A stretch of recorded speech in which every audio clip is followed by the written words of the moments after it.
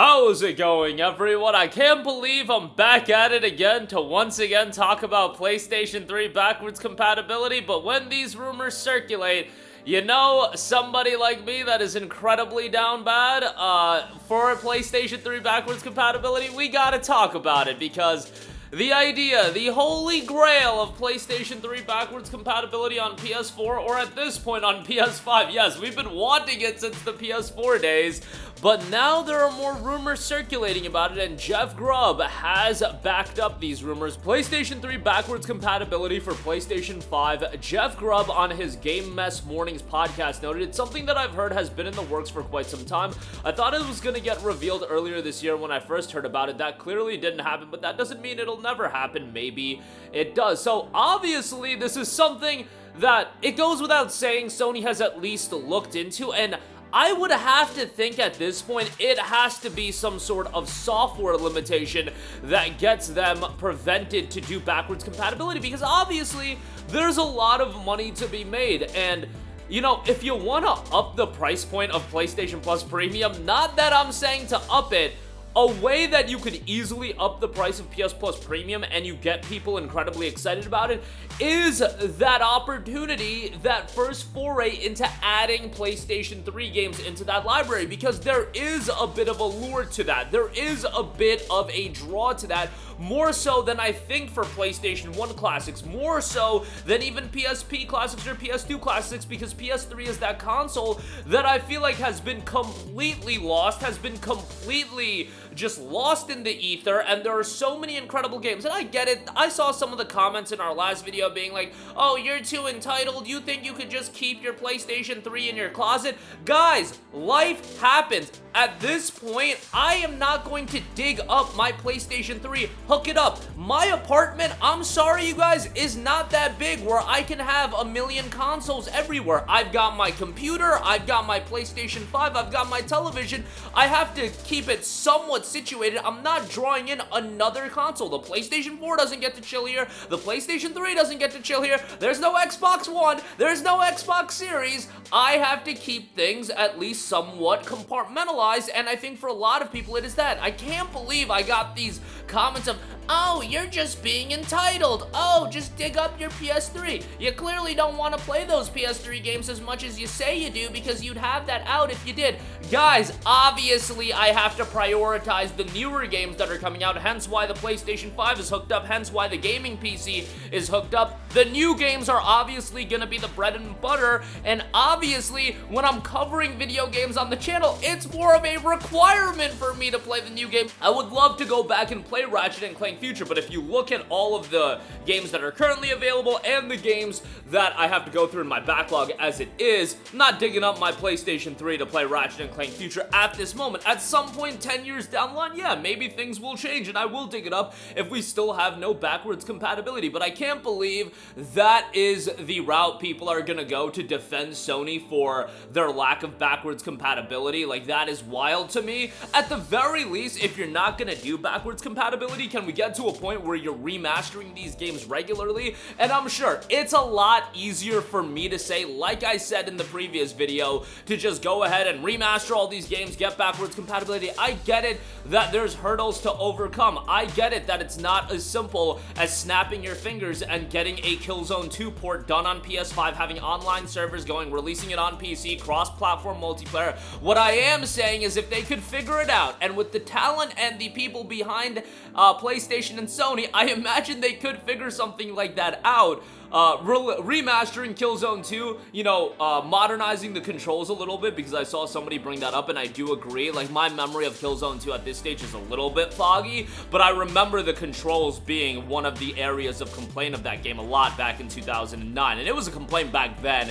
I imagine it would be even more so of a complaint now, but freshen up the game a little bit, release it at $40, $50, and I guarantee you people will buy it. I get it that you can't Concord live service, sell all the skins, and make $1 million a year off each individual player off of Killzone 2, but I still think it would do healthy numbers, all things considered. And again, backwards compatibility would just be that quality of life feature that I think everybody would want. Is it something that I'm going to use every day of the month? No, it was never intended. I never wanted it for that sake, but there is this bevy of high quality titles that are just lost on the PlayStation 3, and I get it, emulation is a thing. I'm not the kind of person, emulating is my last resort if I want to play a game. If I could have it that way, I would rather play the authentic version, and I get it when I say emulating is the last resort. Well, wouldn't PlayStation 3 backwards compatibility just essentially be an emulator on a PlayStation 5? Yeah, but you get what I'm saying. It's done by PlayStation in-house.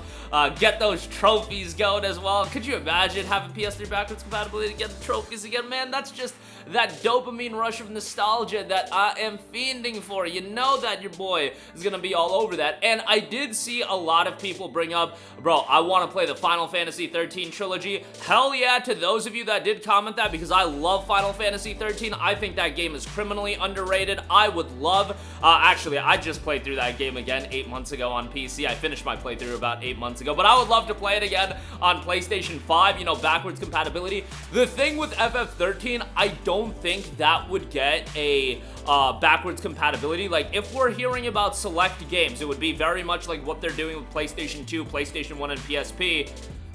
Square Enix is definitely gonna remaster the trilogy and release it as a bundle at $70 or $60 at some point.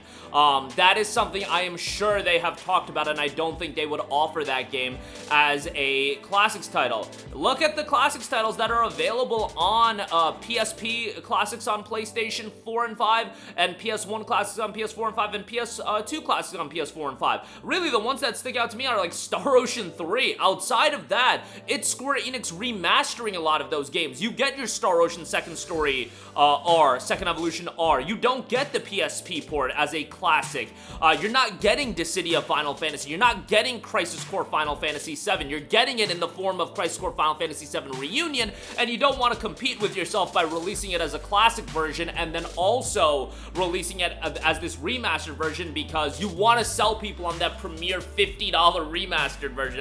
This is how the business works, you guys. I don't make the rules, I just follow them. And with Final Fantasy 13, I do believe they wouldn't release it as a classic. They would do it in a way where let's get $50 out of people. I also saw the comment, people saying Metal Gear Rising. Don't think that would happen either, because I think Konami is going to remaster that and re-release it at a premier price point or baked into the Metal Gear Solid collection bundles that they are putting out. So that's what you have to be mindful of, but there are games that are just lost, and I don't think they're ever going to remaster them. A 3D Dog Game Heroes, a Bleach Soul Resurrection. Honestly, Ratchet Future, or at the very least, Ratchet All for One. I don't know if All for One is ever going to get a remastered release. I don't think it is. The God of War HD collections, are God of War 1 and 2 going to get HD remasters again on PS4 and 5? I don't know, but port those classics over to PS4 and 5 or get them emulated. I think that's a classic that you can sell. There's so many opportunities. Heavenly Sword ain't ever getting a remaster. Are you kidding me? Actually, maybe it will. You know what? I should never say never when it comes to gaming, because crazy things happen. Heavenly Sword, if PlayStation, because I think it was a PlayStation published title and it was developed by Team Ninja, if PlayStation and Microsoft can come together and be like, yo, let's let them remaster Heavenly Sword remaster could probably happen, but you get the idea. There's a lot of games on the PlayStation 3 that are just getting lost, and the potential of having backwards compatibility really does open the door. And, you know, not to get Sony all too excited, but I think if you wanted to do a PS Plus premium price increase, you could be like, oh, we're adding value with the PS3 classics now being added, so we're gonna up the price of premium to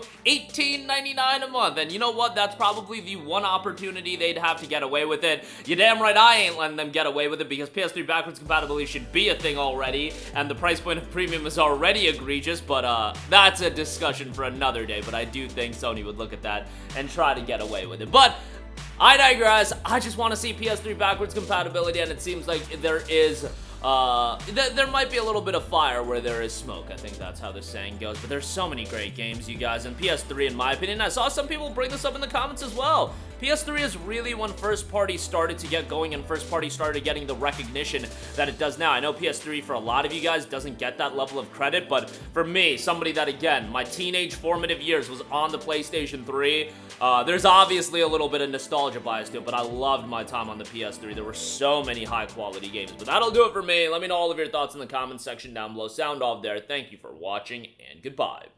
Hey guys, we hope you enjoyed the video, and if you did, make sure to hit the subscribe button, and if you're already subscribed, do us a favor and hit the bell icon. This way you'll be notified whenever we post a new video. That's the best way to keep up with all of our uploads, and we usually try to upload 2 videos a day. And with the bell icon hit, you'll be notified whenever we do upload a video. As always, thanks for watching.